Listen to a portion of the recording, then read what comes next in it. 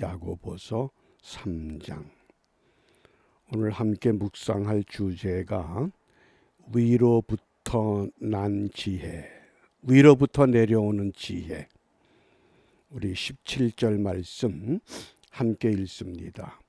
오직 위로부터 난 지혜는 첫째 성결하고, 다음에 화평하고, 관용하고, 양순하며 긍휼과 선한 열매가 가득하고 편벽과 거짓이 없나니. 아멘. 야고보서 3장에서 두 가지를 말씀합니다. 1절부터 12절까지는 우리 이 언어 생활, 말에 실수가 없는 이 언어를 사용하는 것, 그것이 위로부터 난 지혜를 갖는 사람의 모습입니다. 두 번째로 13절부터 18절까지 위로부터 난 지혜의 구체적인 모습을, 위로부터 난 지혜의 반대가 뭡니까? 그건 아래로부터 올라오는 지혜입니다. 그러니까 한마디로 말하면 이 두 지혜를, 위로부터 난 지혜와 아래로부터 올라오는 지혜, 두 지혜를 비교하면서 우리가 어떤 것을 선택해야 하느냐, 이것을 오늘 우리에게 말씀합니다. 그래서 위로부터 난 지혜의 첫째 성결, 순결을 말합니다. 여기 순결이라고 하는 그 의도는 악한 태도나 악한 동기가 없는 것을 말합니다. 두 번째 화평, 평화, 관용, 이것은 너그러움을 말합니다. 양순, 유순한 것이죠. 그 다음에 긍휼, 이건 다른 말로 자비라고 합니다. 그리고 선한 열매, 이 편벽, 편견, 거짓. 이 야고보서 3장 17절을 이해를 돕기 위해서 현대인의 번역에서는 이렇게 말씀합니다.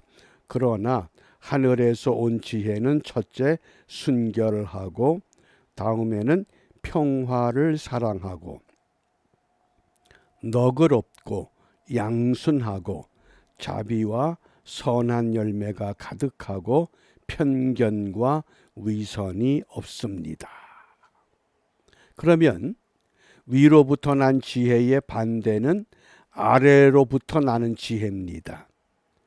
3장 15절입니다. 아래로부터 나는 지혜의 특징을 세 가지로 말씀합니다.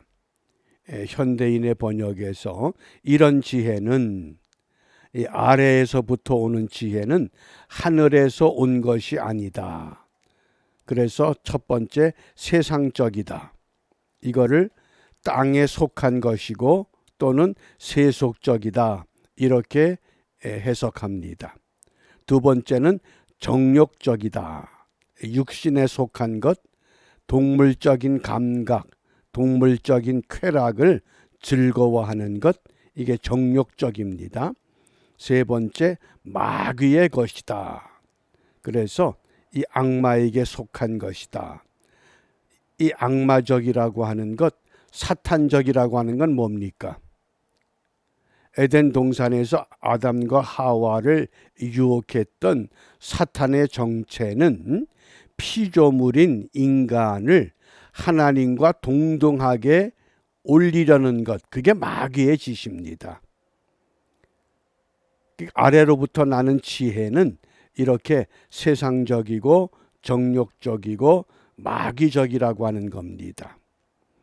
우리가 오늘 이 말씀을 묵상하면서 우리 성경에서 자주 언급하는 이 지식과 지혜와 명철에 대해서 그 분명한 정의를 기억해 주시기 바랍니다. 지식, 한마디로 말하면 알 수 있는 능력을 말합니다. 하나를 통해서 열을 아는 능력이 있습니다. 그런 것을 지식이라 그럽니다. 그 다음에 지혜는 아는 것을 행할 수 있는 능력을 말합니다. 그게 지혜입니다. 그 다음에 세 번째 명철이라고 하는 것은 이 분별하는 능력입니다. 거짓된 것과 참된 것, 하늘로부터 오는 것과 땅에서부터 오는 것, 이런 것을 분별할 수 있는 능력, 이것을 명철이라고 합니다. 지식은 알 수 있는 능력, 지혜는 행할 수 있는 능력, 명철은 분별하는 능력을 말합니다.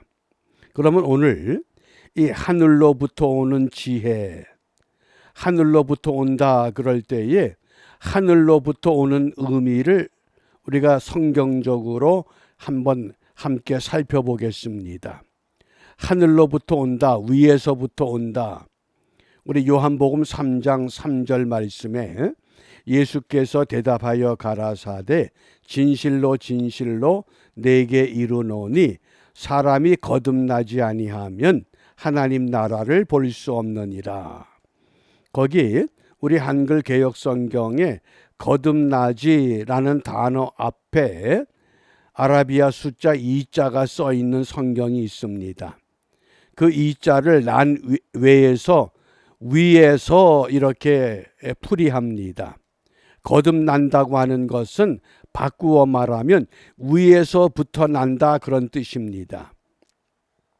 그러니까 위로부터 오는 지혜는 어떤 지혜입니까? 거듭난 사람이 얻은 지혜를 말합니다. 다시 한번 이 거듭난다고 하는 이 단어가 위에서 난다 그런 뜻입니다. 그래서 위로부터 오는 지혜는 어떤 사람이 갖느냐? 그것은 거듭난 사람이 얻을 수 있는 지혜를 말씀합니다. 그러니까 거듭난 사람의 지혜는 어떤 지혜입니까?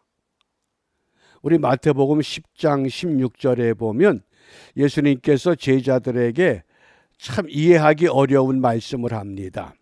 내가 너희들을 세상으로 파송하는데 양을 이리 가운데 보내는 것과 같다. 동물의 세계에서 양육강식의 그 생존 법칙에 따라서 강한 짐승이 약한 짐승을 잡아먹습니다. 그러면 양과 이리가 들판에 있으면 양은 반드시 이리에게 잡혀 먹어야 됩니다. 사랑하는 제자들을 세상으로 파송하면서 양을 이리 가운데 보낸다.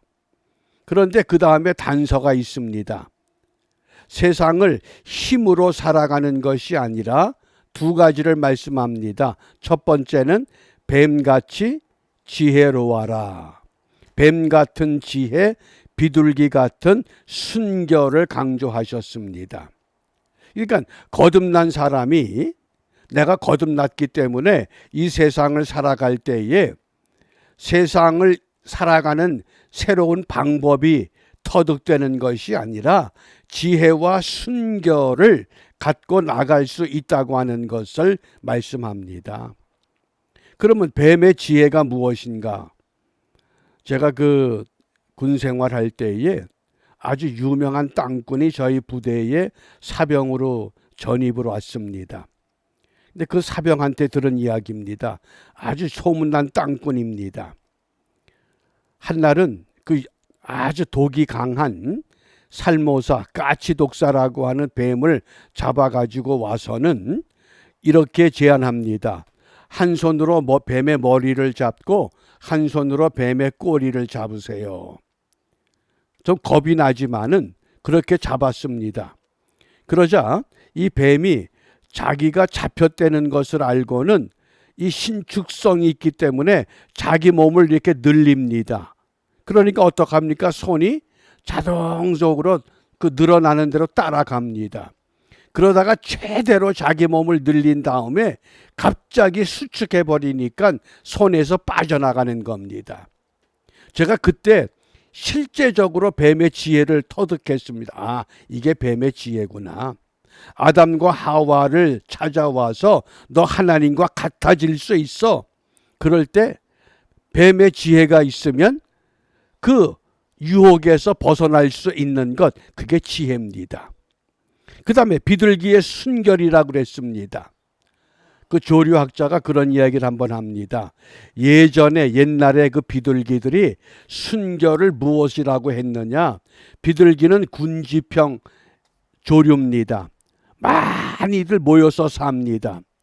그렇게 많이 모여 있지만은 암수가 자기 짝이 분명히 결정돼 있다는 겁니다. 자기 짝 외에는 같이 살질 않는다고 하는 것, 그게 순결이라는 겁니다. 그러니까 예수님께서 제자들을 세상으로 파송하면서 너희는 뱀같이 지혜로워라, 비둘기같이 순결하라. 그게 거듭난 사람의 지혜입니다. 그것이 위로부터 오는 지혜입니다. 그 위로부터 오는 지혜가 어떻게 얻어집니까?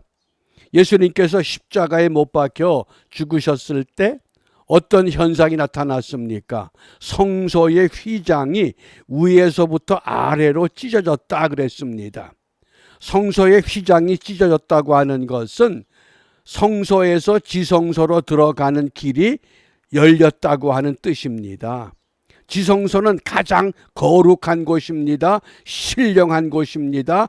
영이신 하나님의 존재를 상징하는 곳입니다. 그러니까 거룩이요, 신령한 것이요, 영적인 것입니다. 거듭난 사람은 바로 그와 같은 지혜, 거룩한 삶, 영적인 삶, 신령한 삶, 그것을 이루어 나갈 수 있는 위로부터 오는 지혜라고 오늘 우리에게 깨우쳐 주고 있습니다. 그래서 이러한 지혜가 곧 어떤 삶을 회복하느냐? 로마서 14장 17절입니다. 함께 읽습니다. 하나님의 나라는 먹는 것과 마시는 것이 아니요 오직 성령 안에서 의와 평강과 희락이라. 아멘. 이것이 위로부터 오는 지혜를 회복한 거듭난 사람의 이 땅의 삶의 모습입니다. 먹는 것도 필요하고 마시는 것도 필요하고 입는 것도 필요합니다. 그거 없이는 우리 생존이 불가능합니다. 그런데 그것이 우선이 아니라는 겁니다. 너희는 먼저 그의 나라와 그의 의를 구하라. 위로부터 오는 지혜를 터득한 사람은 삶의 우선순위가 바뀝니다. 오직 성령 안에서 의와 평강과 희락의 삶을 유지할 수 있다. 그래서 이 위로부터 오는 지혜는 한마디로 말하면 하나님의 나라를 사모하는 지혜를 말합니다. 오늘 우리의 현실이 어떻습니까? 내 현실이 세상과 비교하면 초라할 수 있고 부족할 수 있고 뭔가 안타까운 것들이 있습니다. 그런데 그것이 우선이 아니라 거듭난 사람의 지혜, 위로부터 오는 신령한 거룩하고 영적인 믿음의 삶을 결단시켜 줄 때에 먼저 성령 안에서 이 세상 속에서가 아니라 성령 안에서 의와 평강과 희락을 이루어 나간다고 약속하셨습니다. 이것이 위로부터 난 지혜입니다. 그러나 아래로부터 오는 지혜는 세상적이고 정욕적이고 마귀적입니다. 어느 길을 선택하겠습니까? 당연히 우리는 위로부터 오는 지혜를 사모해야 합니다. 그러므로 우리가 오늘 무엇을 기도할 것이냐? 이미 야고보서는 행동하는 믿음을 말씀했습니다. 야고보서 2장 26절에 영혼 없는 몸이 죽은 것 같이 행함이 없는 믿음은 죽은 것이니라. 그래서 오늘 우리가 정말 이 시대에 뱀 같은 지혜, 비둘기 같은 순결, 지혜로운 믿음을 위해서 기도하시되 오늘 나에게 어떤 지혜로운 믿음이 필요한가? 그래서 그 지혜로 하나님의 뜻을 실천할 수 있는 삶, 뜻이 하늘에서 이룬 것 같이 땅에서 이루어지게 하소서 말로만 기도할 것이 아니라 우리가 지혜로운 믿음을 갖고 하나님의 뜻을 이 땅에 나를 통해서 내 삶의 자리에서 실천할 수 있는, 그래서 신앙과 삶의 조화가 열매를 맺는 은총의 삶을 우리 모두 함께 기쁨으로 경주하고 하루를 마감할 때 승리의 감격을 함께 나눌 수 있는 복된 하루가 이루어질 수 있기를 바랍니다. 주님께서 가르쳐 주신 기도로 함께 기도합니다. 하늘에 계신 우리 아버지, 아버지의 이름을 거룩하게 하시며 아버지의 나라가 오게 하시며 아버지의 뜻이 하늘에서와 같이 땅에서도 이루어지게 하소서. 오늘 우리에게 일용할 양식을 주시고 우리가 우리에게 잘못한 사람을 용서하여 준 것 같이 우리 죄를 용서하여 주시고 우리를 시험에 빠지지 않게 하시고 악에서 구하소서. 나라와 권능과 영광이 영원히 아버지의 것입니다. 아멘.